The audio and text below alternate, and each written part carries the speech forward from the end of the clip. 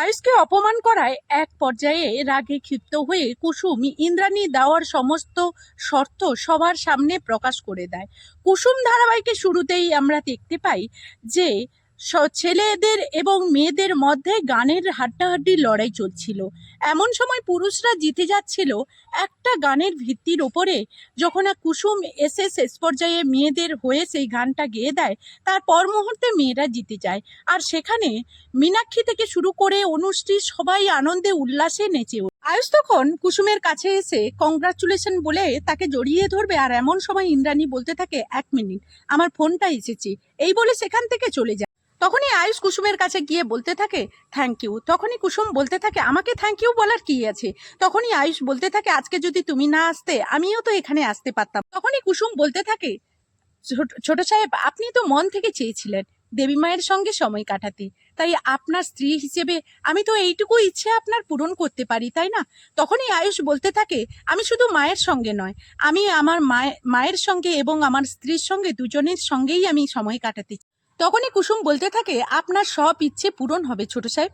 এই কথা বলা মাত্রই কুসুম মনে মনে বলতে থাকে, শুধু একটাই ইচ্ছে, যে আপনার সঙ্গে কয়েকটা দিন থাকার পর আমি আর আপনার সঙ্গে থাকাটা আমার হবে না, কারণ আপনাকে দেবী মাকে ভালো রাখার জন্য আমাকেই অনেক দূরে চলে যেতে। তখনই কুসুম রান্নাঘরে আসে, আর রান্নাঘরে এসে বলতে থাকে যে ঠাকুর, এই শেষবার আমি বাড়ির সবার জন্য রান্না করব, তুমি আমাকে দেখো ঠাকুর, যাতে আমি তৃপ্তি ভরে সবাইকে খাওয়াতে পারি। তারপর কুসুম রান্না শুরু করে। ইন্দ্রাণী এসে বলতে থাকে, পূজা, এখানে কি ব্রেকফাস্ট রেডি হয়ে গেছে? তখনই সেখানে ইন্দ্রাণী গাঙ্গুলি কুসুমের দিকে তাকিয়ে বলতে থাকে, এ কি, তুমি এখানে? তুমি তো পূজা বিথি এরা আছে, এদের উপরে দায়িত্ব দাও। আশ্চর্য, ওদেরকে বলো আমি ডেকে পাঠিয়ে। এই কথা বলে ইন্দ্রাণী সেখান থেকে চলে যাবে। তখনই কুসুম বলতে থাকে, দেবীমা, আপনাকে অনেক অনেক ধন্যবাদ, কারণ আপনি আমার কথাটা রেখেছেন, ছোট সাহেবকে আপনার সঙ্গে কিছুটা সময় কাটাতে দিচ্ছেন। এই কথা বলা মাত্র ইন্দ্রাণী বলতে থাকে, তোমার মনের মধ্যে ভুল ধারণা পোষণ করে রেখো না কুসুম, আমি তোমার জন্য কোনো কিছু করিনি, আমি সমস্ত কিছু রাজের জন্য করছি। তখনই কুসুম বলতে থাকে, আপনি যাই করুন না কেন, যার জন্য করুন না কেন, আজকে যে ছোট সাহেবকে আপনি ডেকেছেন, তার সঙ্গে হাসি মুখে কথা বলেছেন, এটাই আমার কাছে অনেক। তখনই ইন্দ্রাণী বলতে থাকে, আমি আমার পরিবারের জন্য সমস্ত কিছু করতে পারি, কিন্তু কুসুম, তুমি আমার পরিবারের কেউ নয়, এটা মনে রেখো। আমি আয়ুষের জীবনে কখনোই তোমাকে মেনে নেব না, তোমাকে তোমার আয়ুষের স্ত্রী হিসেবে, এই বাড়ির বউ হিসেবে আমি কখনোই মানব না, এটা তুমি খুব ভালো করে মনে রেখো। আবেগে ভাসিয়ে আজকে তুমি যে কথাগুলো বলেছিলে, তুমি কখনো ভেবো না যে এই কথাগুলোই আমি মন ভরে যাবে, আমার মন গলে যাবে, সেটা তোমার ভুল ধারণা যদি থেকে থাকে সেটা ভুলে। তখনই কুসুম বলতে থাকে যে, আমার খুব ভালো করে মনে আছে দেবীমা, আমি সময় হলে এখান থেকে চলে যাব, আমি আপনাদের কাছে কোনো রকম কোনো আপত্তি রাখবো না। তখনই ইন্দ্রাণী গাঙ্গুলি বলতে থাকে, যদি এই সমস্ত কথা তোমার সত্যি হয়, তাহলে কি তুমি পরিচয় বদলাতে, তুমি শঙ্করের মেয়ে থাকতে, তুমি কখনো আয়ুষকে বিয়ে করে এইভাবে আয়ুষ্মান গাঙ্গুলির স্ত্রী হয়ে উঠ। তখনই কুসুম বলতে থাকে, দেবীমা, আমি ইচ্ছে করে কোনো কিছু করিনি, আসলে আমাদের বিয়েটা যে পর্যায়ে হয়েছিল সেটা একটা পরিস্থিতির শিকার ছিলাম। তখনই সেখানে ইন্দ্রাণী বলতে থাকে, তোমরা ছল করে আয়ুষ আর কুসুম তোমরা দুজনে বিয়ে করেছিলে, আমার কাছে ছল করে আশীর্বাদ নিয়েছিলে, তোমরা যা কিছু করেছো তোমাকে আর আয়ুষকে আমি কখনোই ক্ষমা করব না। তখনই ইন্দ্রাণী গাঙ্গুলি চলে যাচ্ছিল এই কথাগুলো বলে, আর তখন কুসুম বলতে থাকে, দাঁড়ান দেবীমা, আপনি আমার উপরে যত খুশি রাগ পোষণ করে রাখুন, কিন্তু আপনার কাছে এইটুকু অনুরোধ, ছোট সাহেবের উপরে আপনি কখনো রাগ পোষণ করে রাখবেন না আপনার মনের মধ্যে, কারণ বিশ্বাস করুন, ছোট সাহেব আপনাকে এতটা ভালোবাসে, নিজের জীবনের থেকেও বেশি ভালোবাসে। তখনই ইন্দ্রাণী বলতে থাকে যে, আমি কি করব না করব সেটা আমি কাউকে কৈফিয়ত দেব না। আর তোমাকে একটা কথা বলে রাখি, তুমি আমাকে বলো তো, কবে এই বাড়ি ছেড়ে যাচ্ছ? তখনই কুসুম বলতে থাকে, আমাকে আর 2-4 দিন সময় দিন, দেখবেন আমি ঠিক চলে যাব। তখনই ইন্দ্রাণী বলতে থাকে যে, তুমি ভুলে যেও না, তুমি কিন্তু আমাকে বলেছিলে আজকের পর তুমি বাড়ি ছেড়ে চলে যাবে।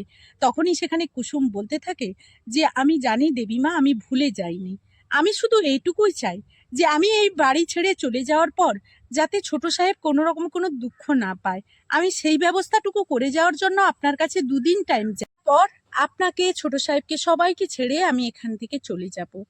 তখনই ইন্দ্রাণী বলতে থাকে, মিথ্যে সম্পর্ক নিয়ে এই বাড়িতে বেশি দিন থাকার চেষ্টা করুন। তখনই এই কথা বলে সেখান থেকে ইন্দ্রাণী গাঙ্গুলি চলে যায়। কুসুম তখন মনে মনে বলতে থাকে, দেবীমা, চিন্তা করো না, আমি সবাইকে ছেড়ে আমি চলে যাব 2 দিন পর।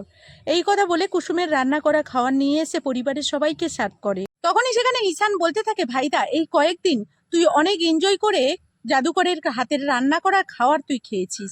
তখনই রাজ বলতে থাকে, এবার আমরা এনজয় করব, এনজয় করে খাবো, কারণ কুসুম তো এবার থেকে এই বাড়িতে থাকবে। তখনই সেখানে ইন্দ্রাণী চলে আসে আর বলতে থাকে, না রাজ, কুসুম এরপর থেকে এই বাড়িতে আর থাকবে না। তখনই ঈশান বলতে থাকে, মা এই ধরনের চিন্তা ভাবনা যদি তোমার মনে আছে তাহলে তুমি আমাদের মিথ্যে আশ্বাস কেন দিলে? তাহলে তুমি এত ধুমধাম করে সেলিব্রেশন করলে কেন? এই কথা বলা মাত্রই তখনই ইন্দ্রাণী বলতে থাকে, আমি চাই যে আয়ুষ আমার পরিবারে ফিরে আসুক, কিন্তু তার জন্য আমার 2 দিন টাইম দরকার, তার পরবর্তীতে আমি সবাইকে জানাবো। তখনই সেখানে ঈশান বলতে থাকে, মা আবার কিসের 2 দিন? এত কিছু পরীক্ষা নেওয়ার পর আবার 2 দিন কেন বলছো? এই কথা বলা মাত্রই তখনই সেখানে আয়ুষ বলতে থাকে, ঈশান মায়ের ওপর কথা বলিস না, মা যখন যেটা সিদ্ধান্ত নেবে বলছে সেটাই সিদ্ধান্ত নেই। আমরা তো এতদিন অপেক্ষা করেছি, বল আমরা কি এই 2 দিন অপেক্ষা করতে পারি? তখনই সেখানে মীনাক্ষী বলতে থাকে, তাহলে আমার হাতে আরো 2 দিন টাইম আছে, আমাকে দিদির কানের মধ্যে এমন বিষ ঢেলে দিতে হবে যার ফলে কিনা ওদেরকে ঘাট ধাক্কা দিয়ে এই বাড়ি থেকে বের করে দেয়। তারপর মুহূর্তে ইন্দ্রাণী গাঙ্গুলি বলতে থাকে, অনেক রাত হয়ে গেছে, সবাই যে যার বিশ্রামে যাও, কারণ কালকের মিটিং আছে, সেই মিটিংয়ে সবাই দেরি করে যাক, আমি সেটা চাই না, তাই ওরা এখান থেকে উঠে যাওয়াটাই বেটার। এই কথা বলা মাত্রই সবাই যখন খাওয়ার টেবিল ছেড়ে চলে যায়, তারপর মুহূর্তে কুসুম এবং আয়ুষ দুজনেই রাজকে প্রণাম করে। তারপর মুহূর্তে রাজ বলতে থাকে, থাক আর প্রণাম করতে হবে না, এরপর 2 দিন পর থেকে তোমরা এবার থেকে আমার বাড়িতেই থাক। তখনই সবাইকে প্রণাম শেষ করে আয়ুষ আর কুসুম বাড়ি ফিরে যায়। তারপর মুহূর্তে ঈশান ভীষণ মন খারাপ করে, রাজ সান্ত্বনা দেয়। তখনই বাড়ি ফিরে আসার পর কুসুম বলতে থাকে, এ কি আপনি এত সুন্দর মুহূর্ত কাটিয়ে আসার পর এরকম মন খারাপ করে বসে আছেন কেন? তখনই সেখানে আয়ুষ বলতে থাকে, জানো তো কুসুম, আজকে সারা দিনটা কিভাবে কেটে গেল সেটা কখনো একবারের জন্য বুঝতে পারলাম না। সারা দিন ওদের সঙ্গে কত আনন্দ করলাম, গেম খেললাম, তারপর মুহূর্তে আমাদের যে আসার টাইম হয়ে গেল সেটা বুঝতে পারিনি।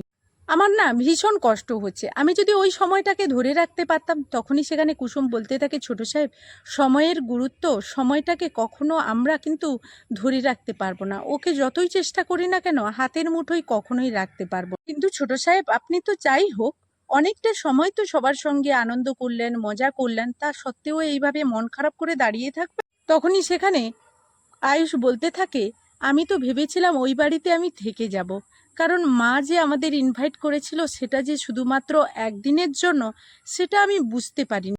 আমি এখনো বুঝতে পারছি না মা কি আর চায় না আমি ওই বাড়িতে থাকি।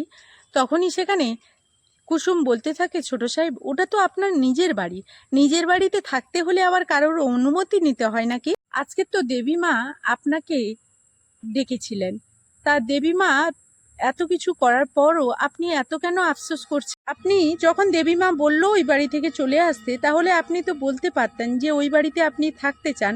এই কথা বলে দিলে তাহলে তো আর কোনো আফসোস থাকতো না। আজকে তো আপনি ওই বাড়িতে অতিথি হিসেবে যাননি, আপনি ওই বাড়ির ছেলে এবং অধিকার নিয়ে ওই বাড়িতে ছিলেন। এই কথা বলা মাত্রই তখনই সেখানে আয়ুষ বলতে থাকে, তুমি ঠিকই বলেছো কুসুম, কিন্তু মা যখন বলল না যে আমি ওই বাড়িতে ওই বাড়ি থেকে যাতে চলে আসি, তখন আমার অধিকার ফলানোর জেদটাই চলে গেছে। ঠিক আছে, মা তো আর 2 দিন সময় চেয়েছে, দেখা যাক কি করা যায়। মা তো বলেছে 2 দিন পরে কি সিদ্ধান্ত নেয় আমি জানি না, যে আর কবে আমি আবার পরিবারের সঙ্গে একসঙ্গে এইভাবে দিন তখনই সেখানে কুসুম বলতে থাকে, আপনি আর মন খারাপ করবেন না, অনেকটা রাত হয়ে গেছে, যান জামা কাপড় বদলে নিন, ঘুমিয়ে পড়ুন, কারণ কালকে সকালে আবার আপনাকে অফিসে যেতে হবে। তারপর আয়ুষ জামা কাপড় ছাড়ার জন্য ওই ঘরে চলে যায়।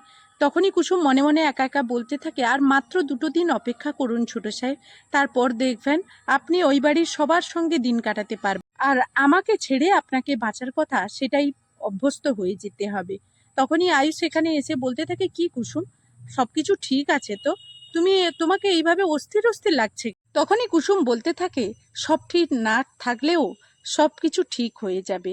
এই বলে বেশ কিছুক্ষণ সময় কেটে যায়। তারপর সকাল হয়ে যাওয়া মাত্রই ইন্দ্রাণী পুজো শেষ করে প্রদীপের আশীর্বাদ নিয়ে সবার মাথায় দেয়। তখনই অনুষ্ঠিকে বলতে থাকে, এ কি তুমি এখানে একা, ঈশান কোথায়? তখনই সেখানে ঈশান ছুটে আসে আর বলতে থাকে, সরি মা, একটু দেরি হয়ে গেল। এই কথা বলা মাত্রই প্রদীপের তাপ নিয়ে ঈশানের মাথায় দিয়ে বলতে থাকে, তুমি তো খুব ভালো করে জানো আমি সকালবেলা যখন স্নান শেষ করে পুজো শেষ করার পর সবার মাথায় প্রদীপের তাপ না দিলে আমার মনটা ভীষণ খারাপ করে। সব থেকে বড় কথা যে সকাল থেকে ঘুম থেকে ওঠাটা একটা ডিসিপ্লিন, আর ডিসিপ্লিনের মধ্যেই কিন্তু জীবনটাকে বাঁচতে হবে, তাই না? তখনই রাজ বলতে থাকে, ছেলেটাকে আর বকো না, কারণ ওর তো তোমার প্রদীপের তাপ দিতে দিতেই ও ঘুম থেকে উঠে চলে এসেছে, তাই বলে সবাই হাসাহাসি করতে থাকে। তখনই ঈশান বলতে থাকে, বলো কাকাই, কালকের আমি কত রাতে ঘুমানোর পরও আমি কত তাড়াতাড়ি উঠে পড়লাম, কারণ কালকের ভাইদা আর জাদুকরের সঙ্গে স্পেশালভাবে একটা দিন কাটিয়েছি, তো তাই মনটা একেবারেই ফ্রেশ ছিল, তাই ফ্রেশভাবে আজকে সকাল সকাল ঘুম থেকে উঠে পড়লাম, আর তাই মার সঙ্গে আজকে সকাল সকাল ফ্রেশভাবে একটা মিটিং শেষ করে নিই। তখনই একটা প্রজেক্ট বের করে ঈশান সবাইকে দেখায়। তখনই রাজ বলতে থাকে, আচ্ছা ঈশান, এটা কিসের প্রজেক্ট? এই কথা বলা মাত্রই তখনই সেখানে ঈশান বলতে থাকে, বাবা এটা ভাইদার তৈরি একটা প্রজেক্ট। তখনই রাজ বলতে থাকে, তাহলে এই প্রজেক্টটা তো তাড়াতাড়ি শুরু করাটা উচিত। তোমরা খুব ভালো করেই তো জানো যে ভাইদার ইচ্ছে ছিল যে আমরা যে স্কুলটা তৈরি করব সেটা যেন অন্যরকম হয়। যারা পড়বে, আমাদের এখানে যে একটা অনাথ আশ্রম আছে সেটা সেখানকার মতো এখানে একটা বোর্ডিং স্কুল তৈরি করা হবে। তখনই সেখানে সিদ্ধার্থ বলতে থাকে, হ্যাঁ আমরা যে আবাসিক হোটেলগুলো যেগুলো চালাই তার কয়েকটার মধ্যে শিক্ষক নিয়োগ করতে চেয়েছিল আয়ুষ স্কুল। তখনই সেখানে ঈশান বলতে থাকে, হ্যাঁ কাকাই। এই কথা বলা মাত্রই তখনই ঈশান আবারও বলতে থাকে, ভাইদা এটাও চেয়েছিল আর 5টা সাধারণ স্কুলের মতো এই স্কুলটা না হয়, এটা হবে বাচ্চা এবং টিচার্সদের ভালোবাসার বাড়ি। যারা বাবা মা থেকে দূরে থাকে তারা সন্তানের মতো মানুষ পাবে, বাচ্চারাও এই টিচার্সদের মধ্যে বাবা মা ঠাকুরদা ঠাকুমা সবাইকে ফিরে পাবে। ইন্দ্রাণী গাঙ্গুলি তখন বলতে থাকে, আমি তো বলেছিলাম এই প্রজেক্টটা আয়ুষের বিয়ের পর হবে। তখনই সেখানে অনুশ্রী বলতে থাকে, হ্যাঁ মণি, ভাইদা তো এখন ম্যারেড। তখনই ঈশান বলতে থাকে, তাহলে মা আমরা তো ইজিলি এই কাজটা স্টার্ট করে দিতে। তখনই ইন্দ্রাণী চিৎকার করে ফাইলটা ছুঁড়ে দিয়ে বলতে থাকে, না এই প্রজেক্ট শুরু করা হবে না, এই প্রজেক্ট বাতিল করতে হবে। তো বন্ধুরা, আজকের কুসুম ধারাবাহিকের পর্বটি এই পর্যন্ত। পুরো ভিডিওটা দেখার পর এবং এত সময় ধরে ধৈর্য ধরে আমার ভিডিওটা দেখার জন্য অসংখ্য অসংখ্য ধন্যবাদ, এবং পুরো ভিডিওটা দেখার পর আপনাদের মতামতগুলো জানাতে একদমই ভুল করবেন না। ভুল ত্রুটিগুলো যদি ধরিয়ে দেন তাহলে পরবর্তী ভিডিও আপনাদের কাছে নিখুঁতভাবে নিয়ে আসতে পারবো। আর ভিডিওগুলো ভালো লাগলে সুন্দর কমেন্টের মাধ্যমে উৎসাহ দিতে একদমই ভুল করবেন না। তো চলুন আজকের মতো এই ভিডিও থেকে বিদায় নেব, ফিরে আসবো আবারও নতুন কোনো ভিডিও নিয়ে। ততক্ষণ আপনারা ভালো থাকুন।